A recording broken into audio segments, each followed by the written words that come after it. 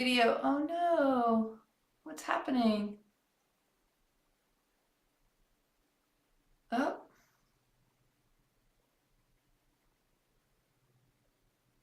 shoot.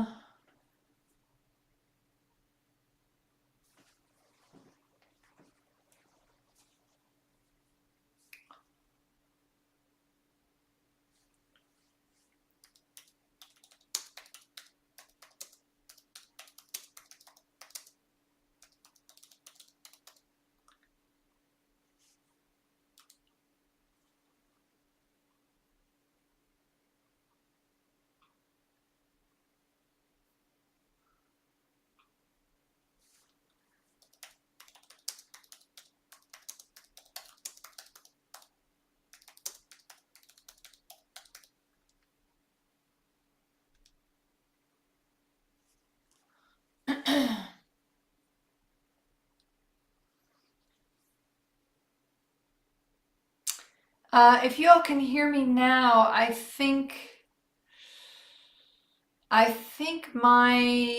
um,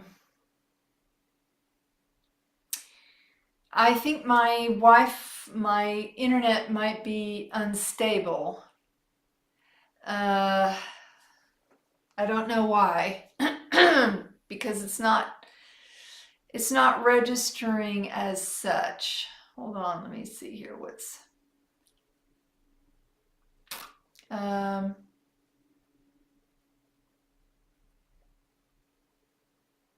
okay, everything's good now. All right.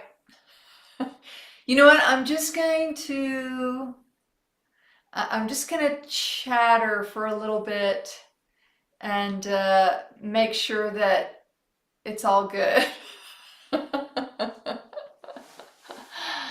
um, oh, good. Thank you, everybody. Okay, I appreciate that. I'm not sure why I froze up. So if it happens again, it just means that I froze up. That maybe the internet is just a little wonky. So maybe give it, a minute or so, and hopefully it'll come back online. And always remember that it's being recorded. So yeah, you can always go back and watch the video. Hopefully, yeah. Hopefully it'll record smoothly.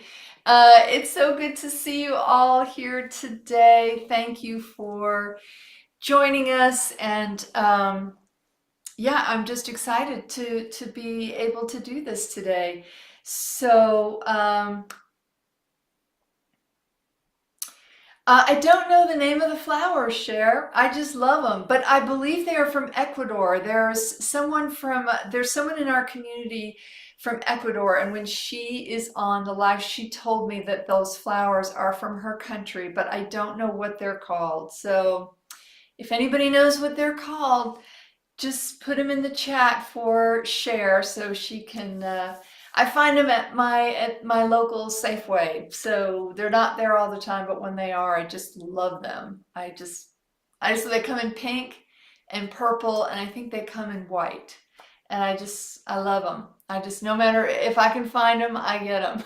I agree. I agree. All right, everybody. Uh, let's dive in.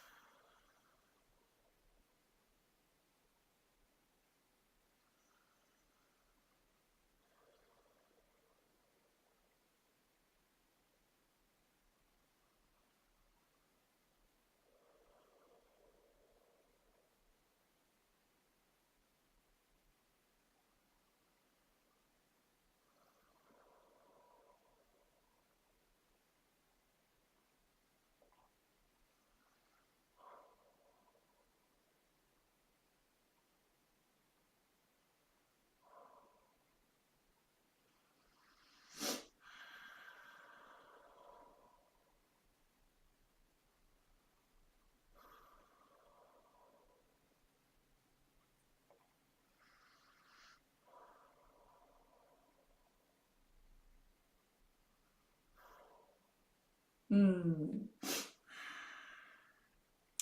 Hello, beloved ones. It is wonderful to be here with you today.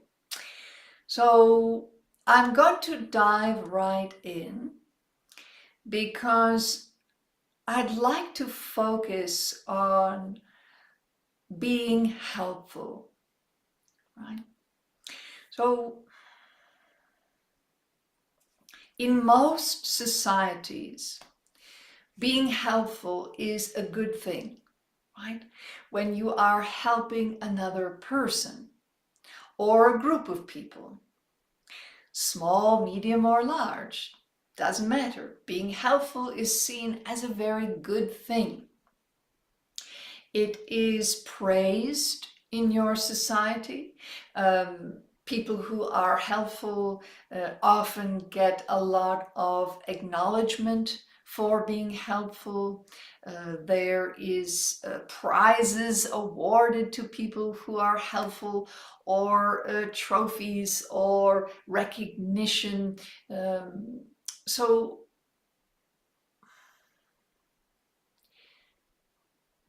there is an enormously positive way that the mind relates to being helpful. But I'm going to introduce, or maybe to deepen your understanding of the negative side of being helpful, or the unhealthy side of being helpful. Right? When the collective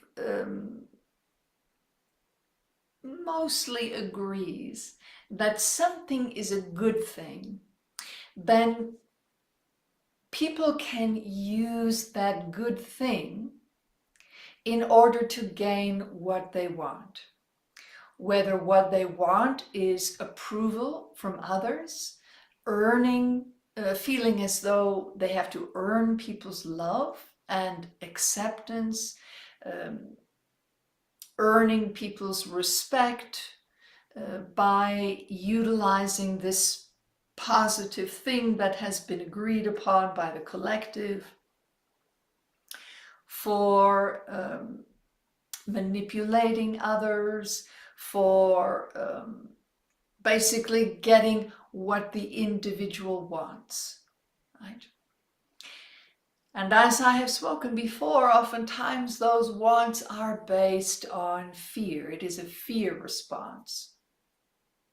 That if the individual often believes that if they get a certain something from the collective, then that will define them, right? Then that will define their self-worth. That will define their value to the community, to your collective, which as pack animals, as tribal communal animals, that's a pretty important thing, right? To get the acceptance and approval of the collective around you is an important thing. Because if you're cut from the herd, your very survival can suffer to the point of being detrimental, right? So staying with the herd, in the herd, is critical to human survival. But you also have this higher brain, right? This higher consciousness. So you have this lower brain that is running things in a big way, oftentimes unconsciously.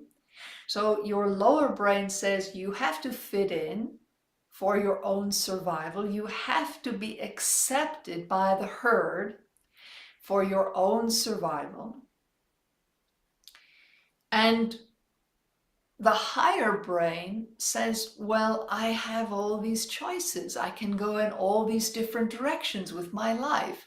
I can make my own decisions. I have a freedom of choice. But that can be in opposition to the lower brain, right? So the higher brain says it's not healthy to manipulate others to get what I want. But the lower brain says, if I don't get what I want, I'm going to be cut from the herd, and that's a disaster. That threatens my very life, my survival. Right?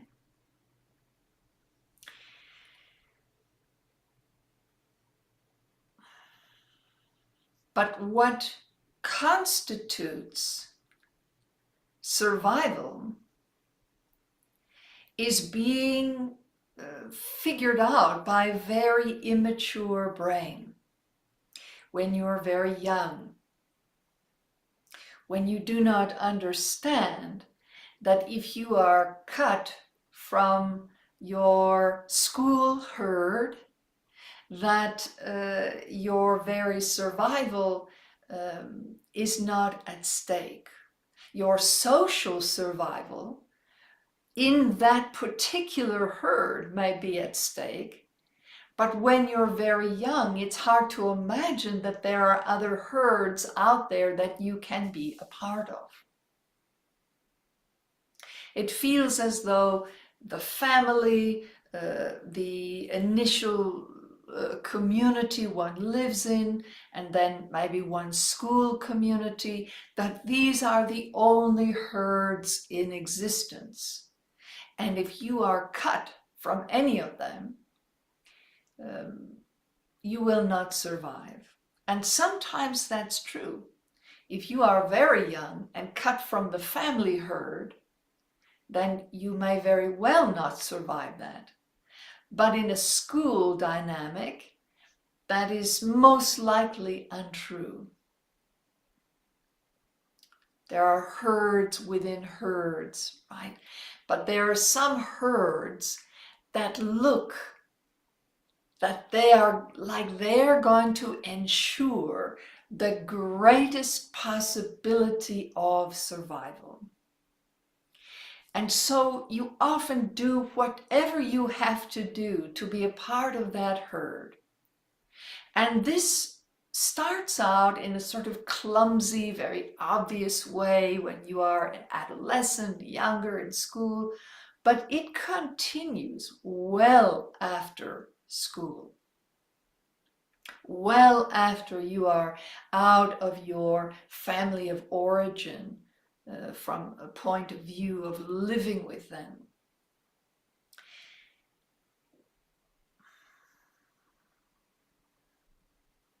When you rate your survival based on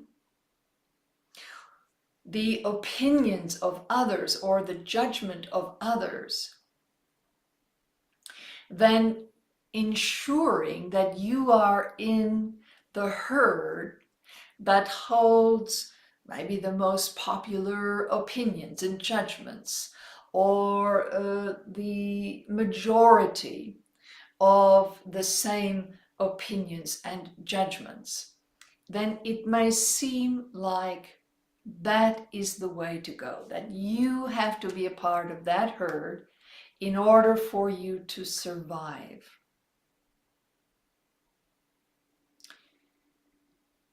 And this kind of belief system flows into your family dynamics, your personal one-on-one relationships. That if someone you are in relationship with is not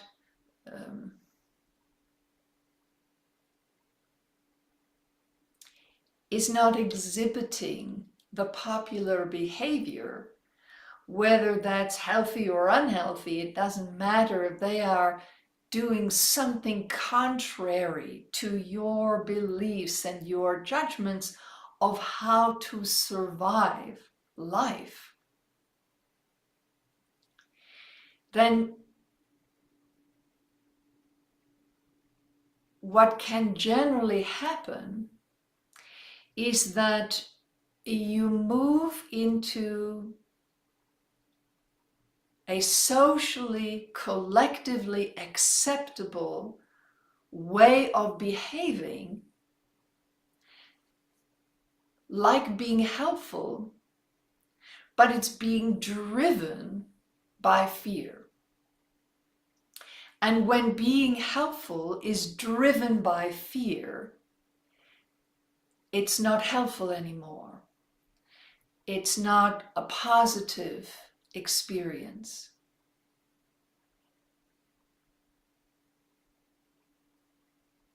Trying to prevent others from disaster, from being cut from a herd and possibly not surviving,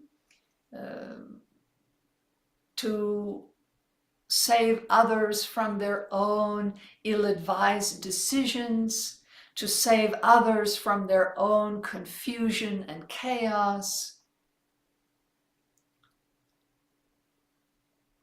because you may not want them to be cut from the herd. You may not want them to burn their bridges, to create their own disasters.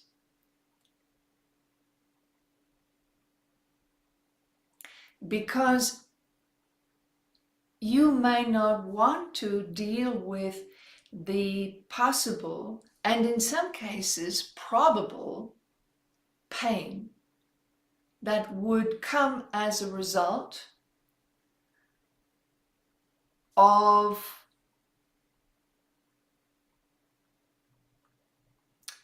connecting with them in a different way than being helpful that's driven by fear.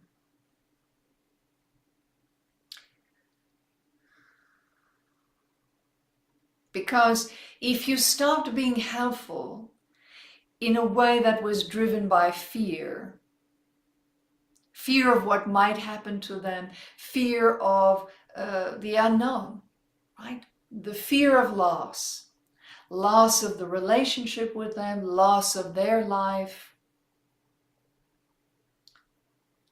When that fear is driving your behaviors, and you channel that fear into looking like you are being helpful, you are not being helpful. You may be delaying something that is inevitable, but you are not stopping it. So let me be clear, beloved ones, very, very clear. People come to the body to experience their own lives, and that sometimes includes an early death. And the pain that results from that for the people that are left behind can be enormous, enormous. It can be a multi-year cycle of grieving. There can be scars that are left behind that never heal. That the person or the group, the family or the friends, the spouses, the children who are left behind, it is an ongoing hole in their heart, right? And while there may be an enormous amount of healing after that loss, the loss is always there. It becomes a part of the individuals that are left behind. But being helpful, when it is driven by fear, does not interrupt their death, their trajectory, and puts it on another course. It only delays what their soul has already laid out for them. can they change? Yes, the soul is not this sort of taskmaster that says it all has to happen in a certain way.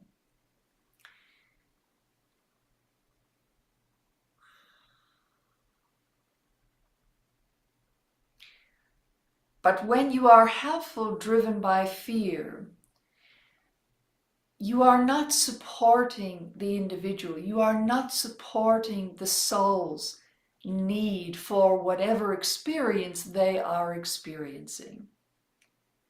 When you are helpful from love, then you are actually being helpful. You are supporting them. And in some cases, your efforts may be what moves them in a different direction. You may be the object that interrupts their momentum and changes the course of their path in this life.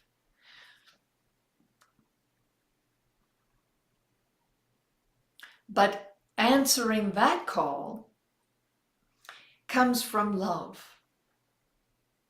But when you are being helpful, driven by fear because you want someone or some group of someones to be happy and healthy, you want them to have a better life, it's okay to want all of these things for other people. But when the fear that they won't have it overwhelms you, and the fear of the pain you will suffer when they don't get that good life drives you in your efforts, you are not only making problems for yourself, you are making more problems for that person.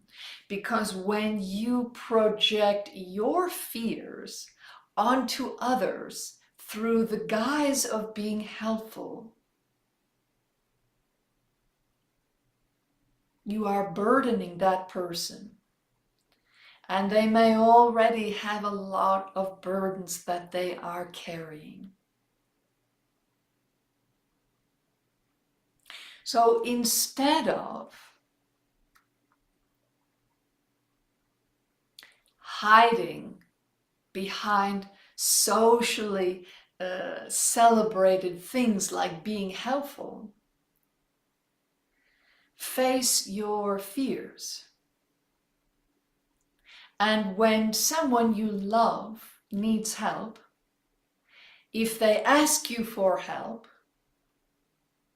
then sit with, not with what they're asking, although you let that be some information that sort of sits within the process, but you just go within in love, accepting that the loss of that person would be horrific for you. It would be so much pain and suffering for you. You accept that. You accept that that's a part of life, that you cannot change someone's course. You do not have that power. You can change course together. That can be a co-creative, collaborative experience, but you just on your own do not have the power to change another person's course. Only when it becomes collaborative can that happen. So when you are sought out for help, sit with the love. What is love encouraging you to do? How is love encouraging you to be helpful? What is helpful as defined by love rather than fear. And that might be difficult because your fear may be just too big in the moment. Right? And the fear says just react, just do whatever they're asking you to do, just do it. Be helpful. They're asking for your help, be helpful. But be careful that just because another person defines help in a certain way doesn't mean that fits for you. So their idea of help and what they're asking for may also be driven by fear. So sit with it. And people that are asking for help, that want you to be helpful, sometimes it is from love. They are asking from love. It is a simple, loving request, and you can feel that. And then others are asking for help driven by fear, and you can feel that. And your fear reacts to their fear. And so you are ready to just jump and help like a hair trigger. That's your fear response, oftentimes to their fear response. And when you are feeding their fear response by giving what they ask for, when it's asked for through fear, you are feeding their fears. You are not being helpful. You cannot control another person's fear or their fear response. You cannot control the choices they have made over the course of their lives.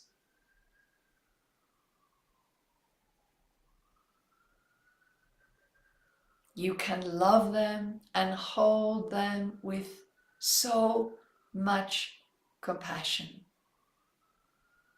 You can love them and yourself enough to sit and listen and feel what is love here. And if you can't feel it because your fear is so high, you have to say, I'm sorry, I cannot make a decision. My fear is big right now. I'm in a reactive state. I'm full of fear. My adrenaline is pumping.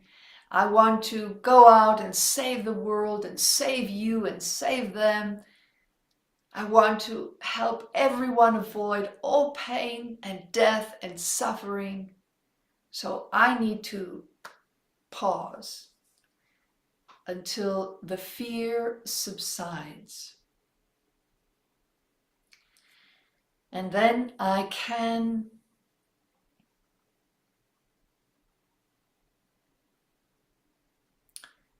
find the love.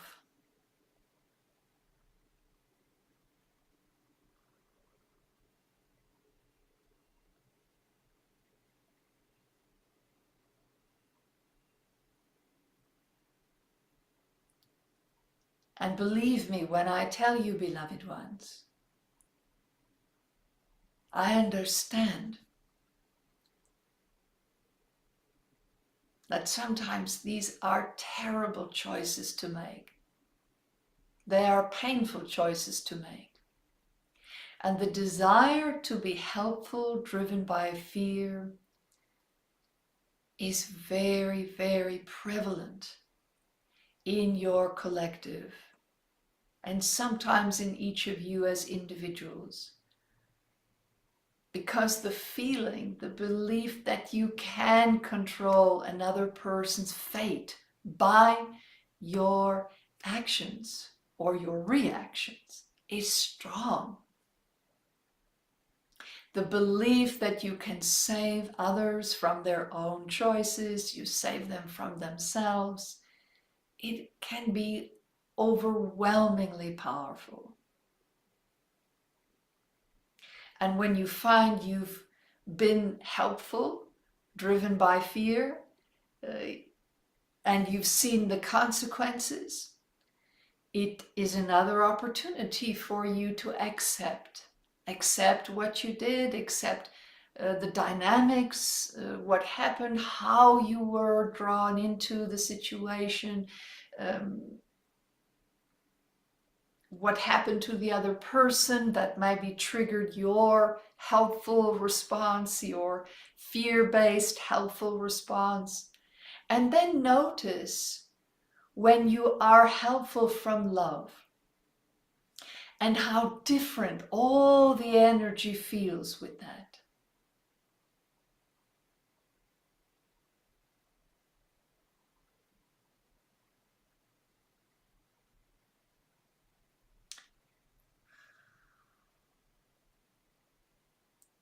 There are generally two dynamics going on when people have a pattern of being helpful driven by fear.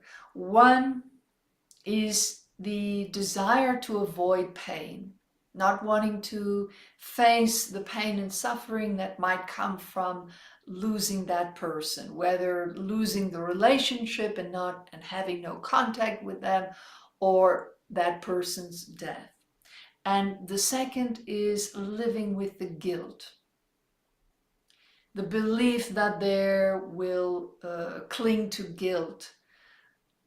Maybe there was something I could have done. If I had only done this, or if I'd only done more, if I'd only let them do what they asked of me to do, or given them what they wanted in that moment, maybe I could have saved their lives. And then maybe they could have gone on to have a better life.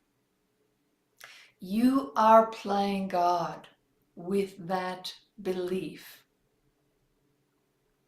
And guilt is a part of the grieving process sometimes.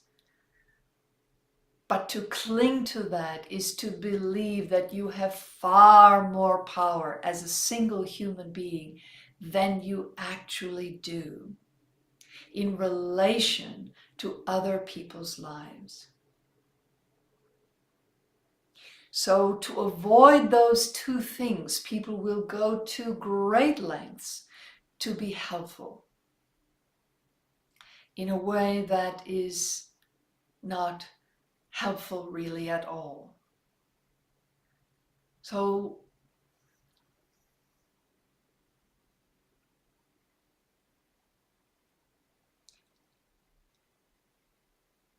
I tell you all of this, my beloved ones, because this dynamic creates more pain than you need in your lives. It creates unnecessary suffering for you and the person or people through which you are being helpful, that is driven by fear.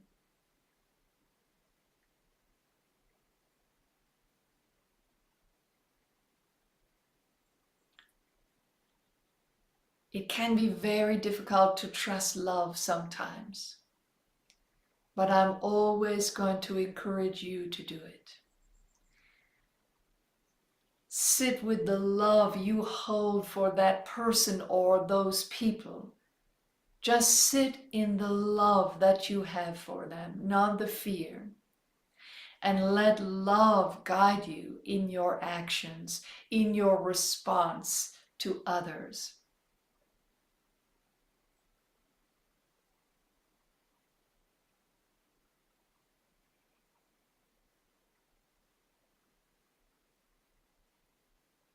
And sometimes,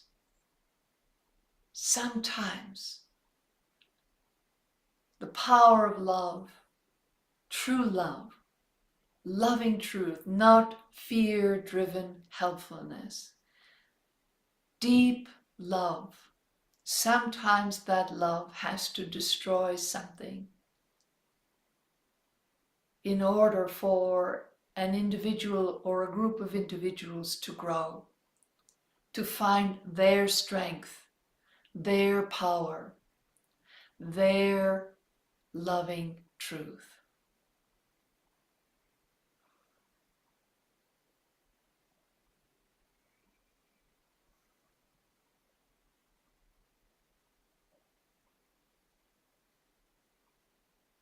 I believe in all of you.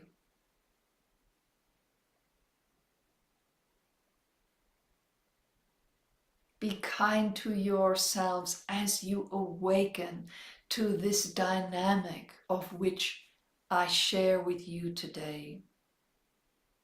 Be patient with yourself and have compassion for yourself and others who may be caught up in this dynamic. Know that I love you and I'm with you always.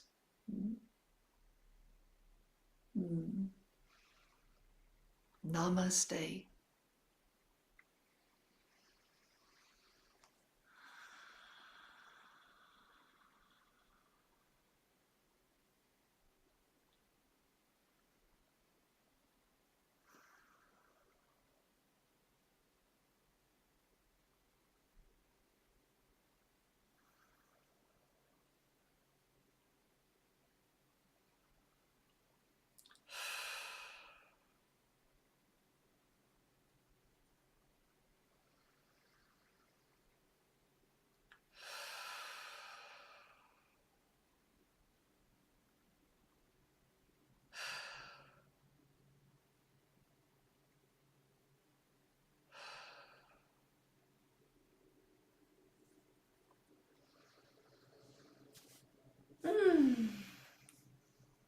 Yep, just as I suspected.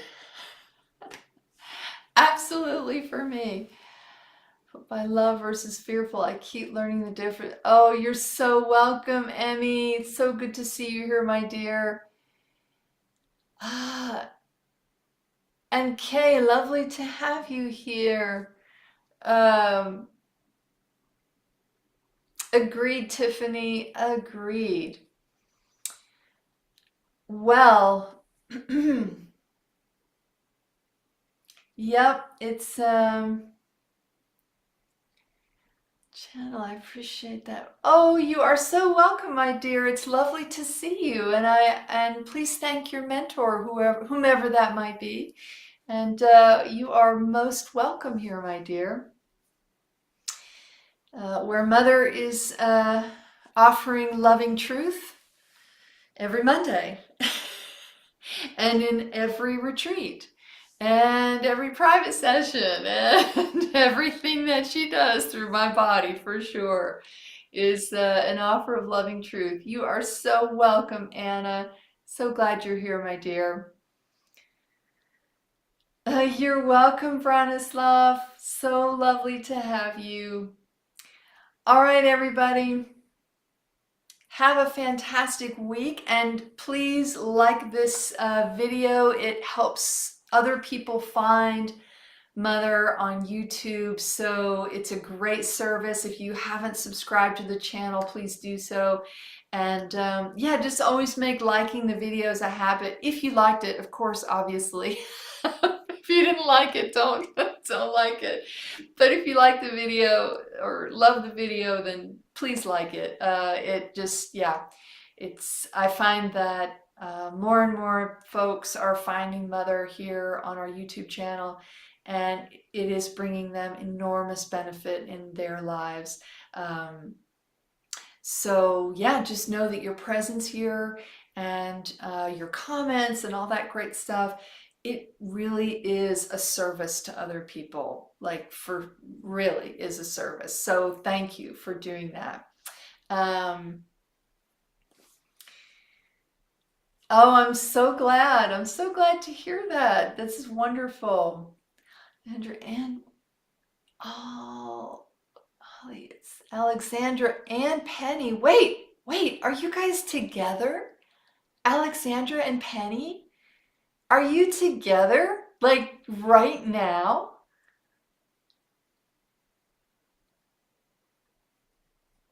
I know you guys, I think you guys live close to each other. Well, if you are, I think that's absolutely awesome. That is awesome. All right, everybody. Thank you again. Have a wonderful week, and I'll see you here. Yeah, I'll see you here next Monday. Okay. Much love.